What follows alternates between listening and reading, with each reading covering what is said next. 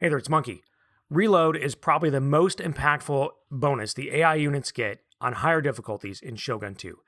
I did a lot of testing around Reload recently, and I wanted to share my findings.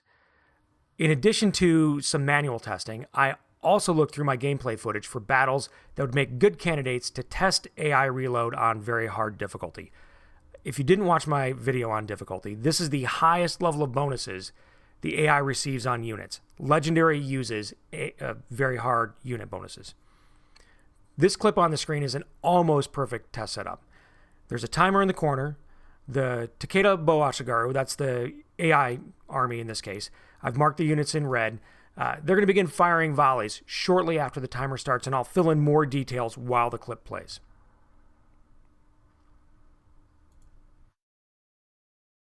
Okay.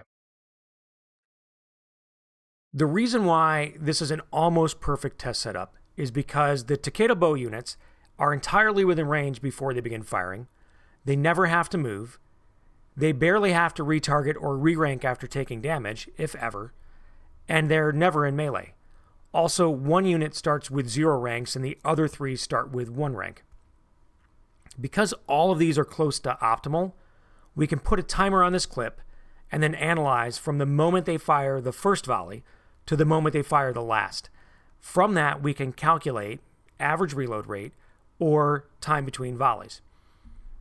You can probably see, if you're paying attention to this clip, that the Takeda bows are kind of kicking my bows' asses. So that's their bows right there again. It's kind of funny because in the original gameplay footage, like during setup, I was going to put my bows in loose formation, but decided not to for, I don't know, whatever reason I gave at the time. And this is the result. So I'm going to talk about loose formation later because it's one of the things we're going to discuss. So to understand reload and time between volleys, we need some numbers. Reload on normal arrows is 10 seconds, not including reload skill. At 0 reload skill, that base reload plus firing animation is 11.9 seconds.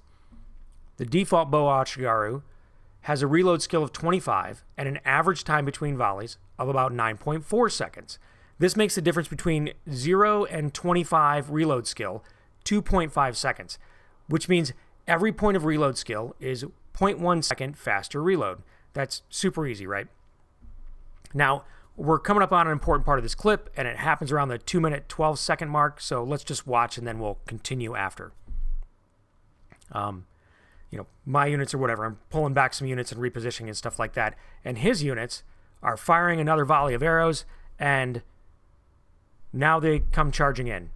And that's because their bow units are out of arrows. They've used all 20 volleys. Now, I've already gone through the clip. I took the time from the first volley to the time from the last volley and divided it by 19. That's the number of reload plus fire animations that occur between volley 1 and volley 20.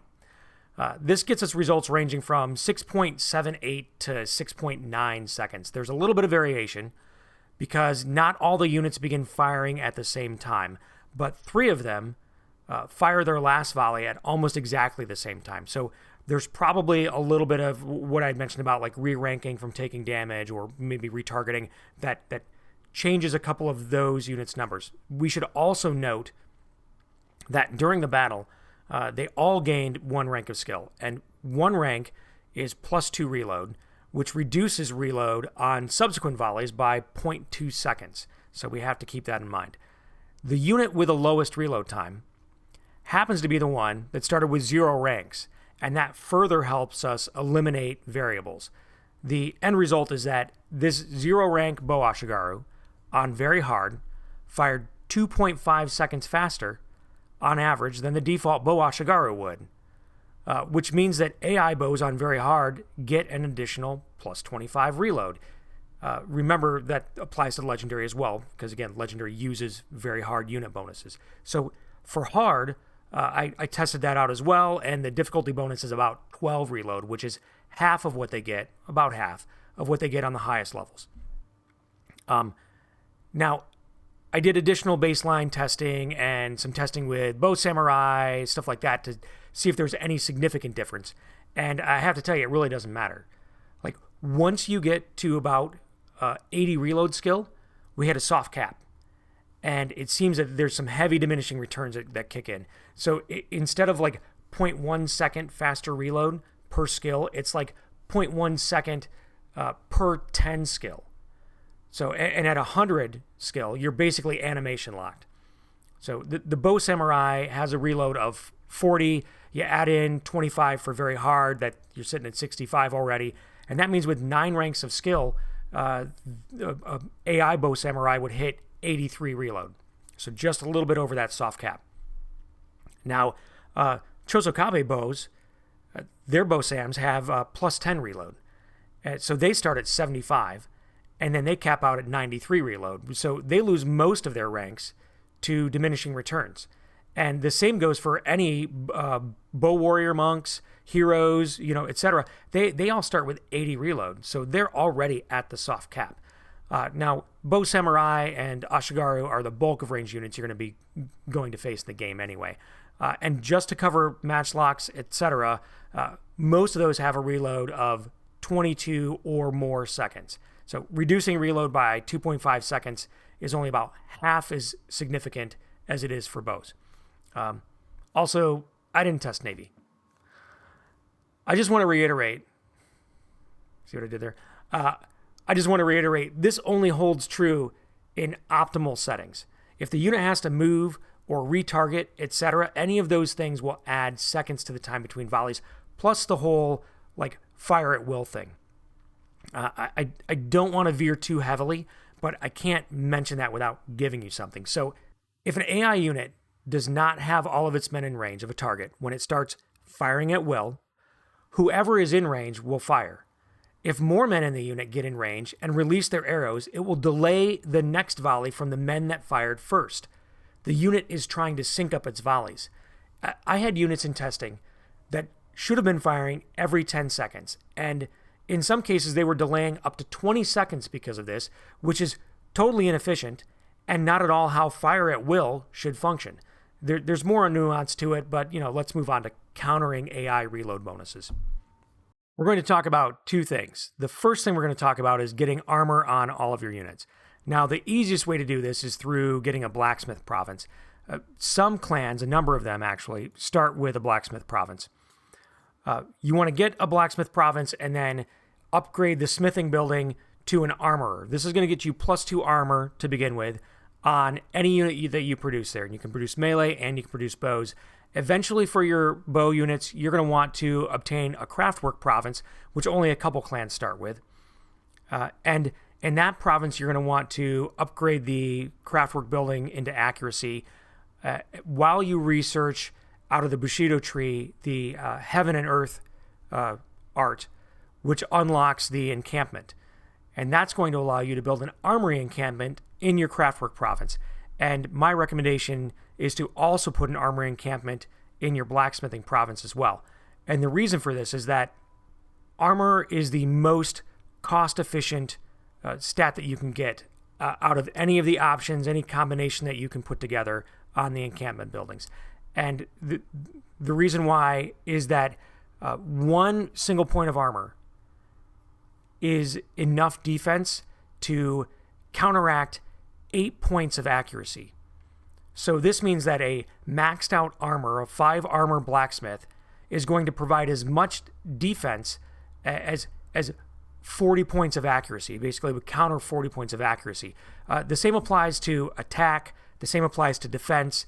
So if you just look at the 5 armor you get as 40 points of defense, and it applies versus melee, and it applies versus ranged attacks, there's no combination of offensive points that you could get on these buildings that would compare. Nothing comes close to just stacking all of the armor on there. Now, I would be more than happy to look over if, someone has done, comparable testing or whatever, maybe has some data, stuff like that. I'm not asking for the world, but I would definitely be more than happy to change my position or whatever if somebody could illustrate for me a comparable amount of benefit out of some other combination of buildings. But for very hard difficulty, it just seems like that's not going to be the case. And now that I've, pumped up how important armor is, I have to point out that you don't get it right away in the game.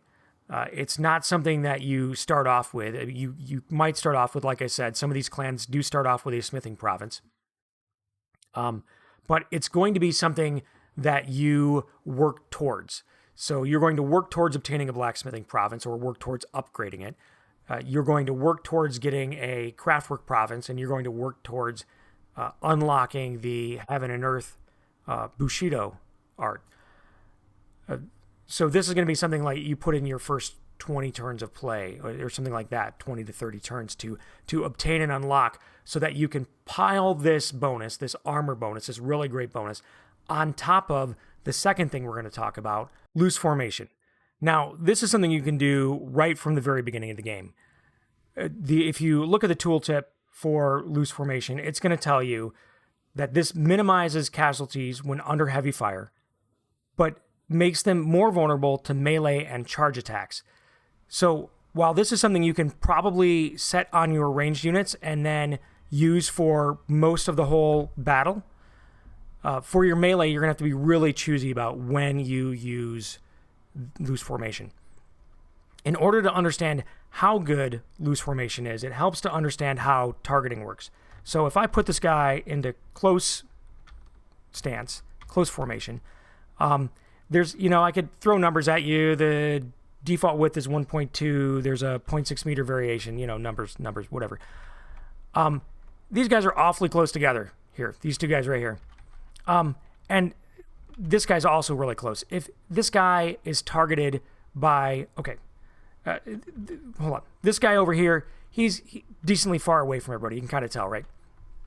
When a ranged unit targets a model, they don't just target a model. They target a 1 meter circle. So unless the missile is intercepted along its path, when it gets to that spot, anything in that 1 meter circle is a valid target. So if this guy or this guy winds up targeted by 3 or 4 missile units, and this is whether you're fighting against 2 bow units or 1, if he's targeted by 3 or 4 missiles, that means all these guys are close enough. This guy here, has 2 other guys within his range. This guy also, I believe, would probably have 2 other guys within that circle that could also be hit. So all of them could be killed.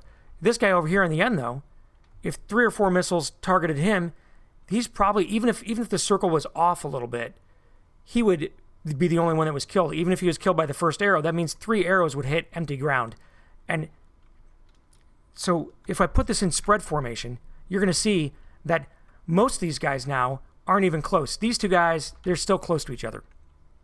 But everybody else, if this guy is now targeted by 3 or 4 missiles, nobody else is close enough to be hit. Even if the circles are off, by a good margin, like nobody else is really close enough to be hit. This guy could be shot at by 10 arrows.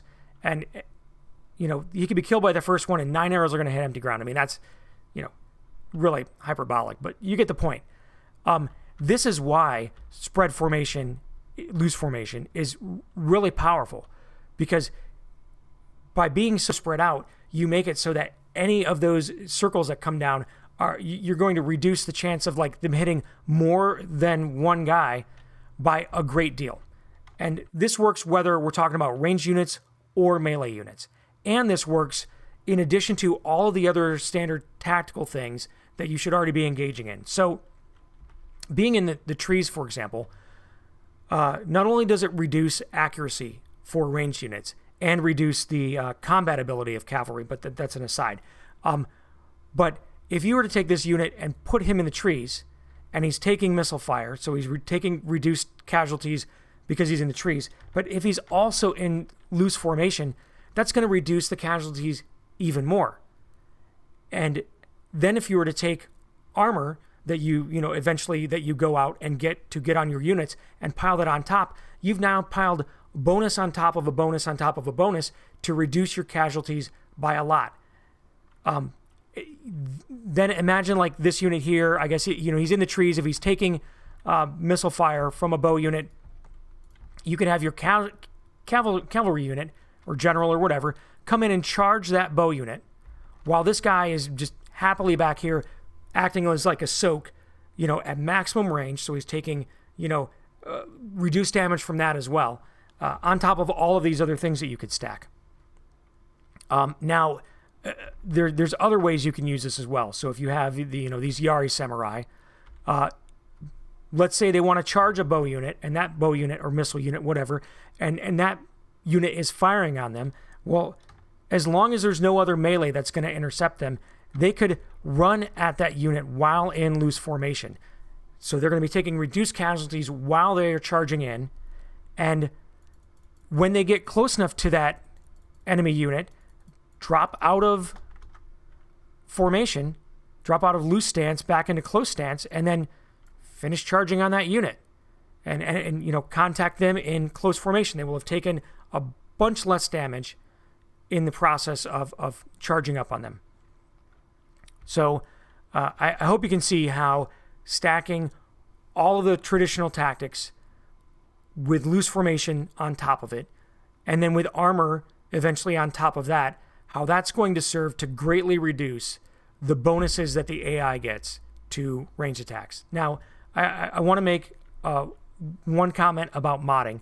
There are a number of mods, and I'm not talking about bug fixes. I'm talking about like unit mods and stuff like that. There are a number of mods that are nice out there that modify units, they add units, they change the behavior of the AI. And while those can be enjoyable, I want you to keep in mind that if you are playing with mods, it's quite likely that you're going to have a different experience on higher difficulty levels than the default game was designed to present. Now that's neither good nor bad per se. It's just that, you might go, I never have a problem with ranged units, and I'm playing with such and such mod or whatever. Well, maybe it's the mod that is impacting things as far as that goes. So it's just something that to keep in mind when you're playing with a mod. This is all aimed at the base Shogun 2, very hard difficulty, and mentioning hard as well, but just that sort of base setup. And I have one last thing I want to show you as well, and that's this. I'm just going to leave my bows, I think, pretty much right where they're at. I will space them out. Although I don't recall him having very many bows to worry about, so maybe I won't space them out. I think I'll just keep them together. Okay, I hope this was helpful. If you have any questions or feedback, you know where the comments section is. Please, if you could, help me out by hitting that like button. Touch that monkey down there in the corner and subscribe if you haven't yet. And I'll see you next time. Take care.